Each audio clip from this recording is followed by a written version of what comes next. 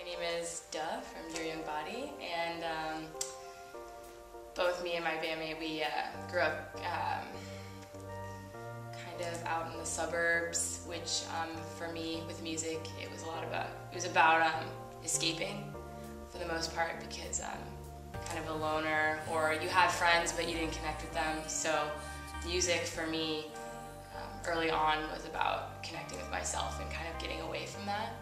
So I listened to a lot of folk music just because the words tend to really connect with the listener. It's what I mainly grew up with.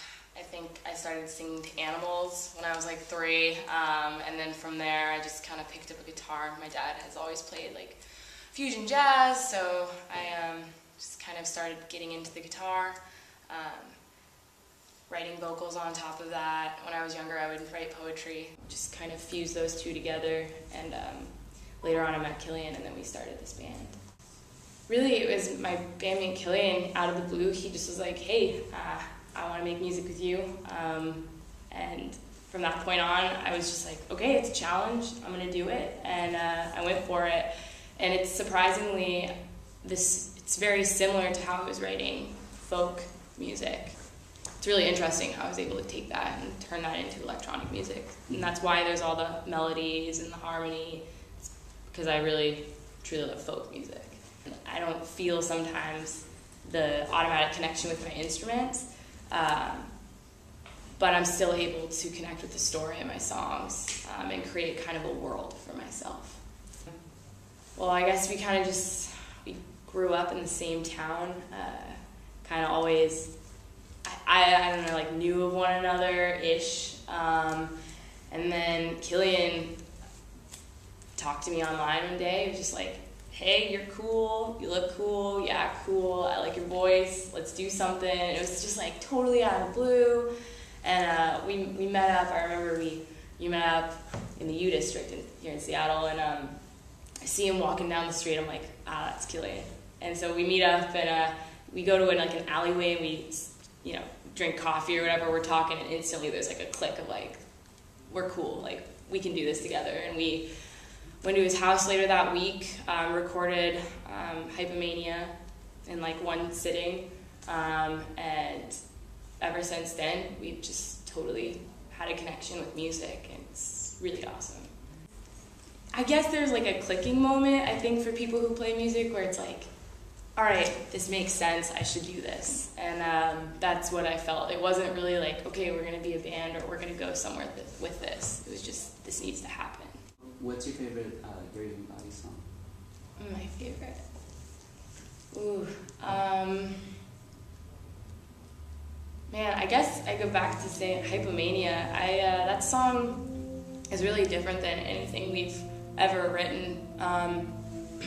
It was the first one that we had ever recorded together, and it just, the words are simple, the melody and harmonies, they just work together, and when Killian first sent me the song, it was just simple, and then I was able to do like a 5-part harmony over it, and it was just, it's been a great experience playing that song every time. It's about a little girl in my mind. Right? It's about a little girl, and she's whispering into a tree, and there's a monster inside of it, and she's saying, won't you come out and play with me, don't you want to kill me? And then she runs around the forest with the monster.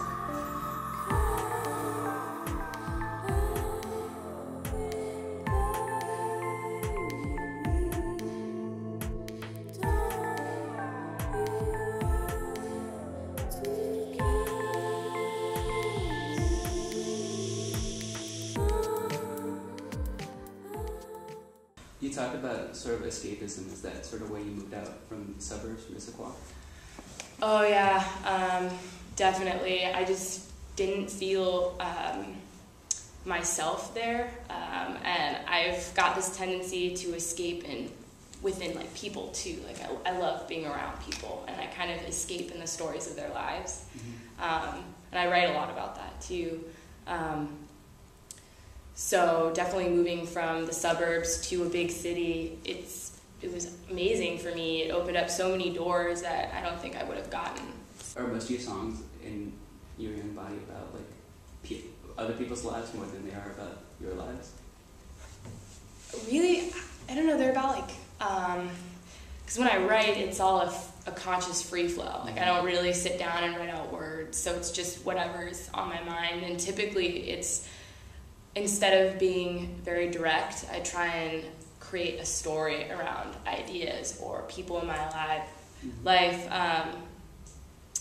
And I just try not to touch on anything personal, but yeah, in a way I talk about a lot of other people as well as myself. I love art. I've always loved art. My mother paints. I have family members who are artists.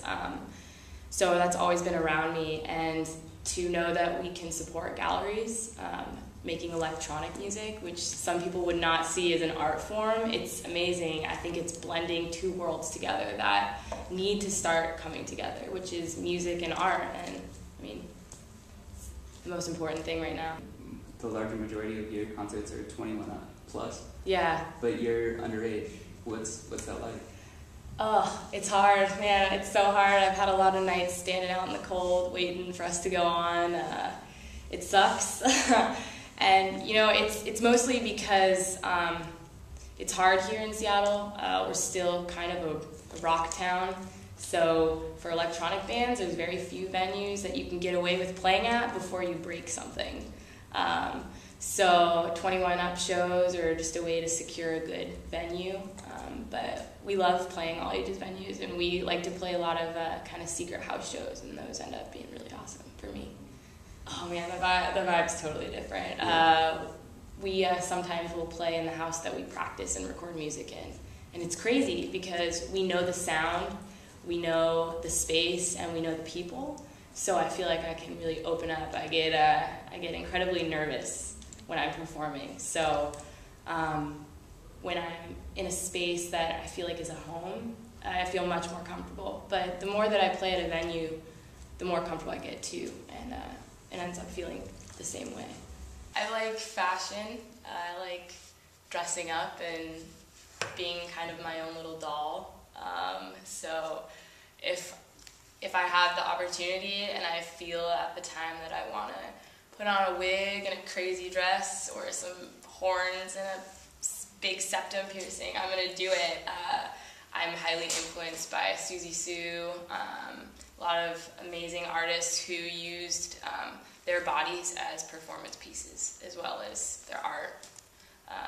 So that's really what I try and do, is use it as more like a way for me to kind of embellish the music. Yeah. I'm a crazy perfectionist with my vocals, so I will listen to that monitor so hard to make sure I'm like totally getting every note. Also, it's very intense for me just because, you know, I wrote those words, so when you're saying things that are really true, it can just be a moment of like clarity all over again. It's definitely like a peaceful kind of experience, but it can be very intense, I think, for the person on the other side. Killian will make the song, he will show it to me, of course I will love it, and I'll be like, oh, I want to record over this right now, and then he'll be like, no, you gotta listen to it. I'll go home and I'll listen to it like a billion times over and over again, and then I'll kind of get something in my head, you know, just like a little humming, you know, and then I'll be like, hey, I gotta come over. And I'll come over there, he'll just kind of leave me alone. Like, I don't like anybody near me, I don't like anybody in the room, and I'll just press play, I'll record my vocals a few times through. In about like an hour usually, I'll be out of there, and I'll just have usually about like 5 or 6 vocal tracks for him to kind of work with, which is a nightmare for anybody who makes electronic music. But yeah, it's actually better that way. I think it's better to let Killian kind of blend us together instead of making it. It would be too, there'd be too much creativity in the room. We've become way more comfortable with each other in the past year. We'll be at practice, he'll start kind of playing things on the keyboard, and I'll start singing or rapping or whatever over it, and we'll just kind of jam on it. And there's been a few songs that we've made doing that. The last song on our new release, that was basically Killian improvising some like piano, and I was just on the mic basically scatting. It was fun. There was a phase where I only listened to the Cranberries, so that happened. And we also were really influenced, at least me, I'm super influenced by Susie and the Banshees. PJ Harvey's a huge influence of mine. Her ability to be so raw and still have strength. I really use that a lot. There's this smaller scene, kind of the misfits, and there's a lot of people that are just like, I'm not gonna listen to dubstep, no way, I'm gonna make real music. And it's interesting because that whole group of people, they're into like this dark occult kind of, they're just fascinated with the idea of like the darkness in music. And it's so interesting because these are probably the nicest, most like amazing giving people I've ever met. But they come off really hard and cold, and the music itself is the same way. And I think it's almost like this really great barrier to be like, hey, I'm different, and this is what I'm doing, and it's just all about being loud and crazy and kind of flipping everything over. And that scene is really what I'm glad to be a part of, is the scene that's like, I'm gonna mess up everything you thought electronic music was. And that's really thriving here in Seattle. All throughout the West Coast, really. It was kind of an internet joke. I wanted, my last name's Cripe, and I wanted to, on Facebook, say that my name was The Cripe. But this isn't a very interesting story, but they wouldn't let me change it to The, so I did Duh. And everybody kind of assumed, who knows you on Facebook, who meets you and you say, add me online, they assume that's your name, and it kind of took over as an accident. Who would you say was your favorite female musician? Okay, interesting question. That's hard. I would probably say Stevie Nicks. It's kind of one that's like out of the dark, but as a human, I really look up to her. She's come out of a lot of darkness.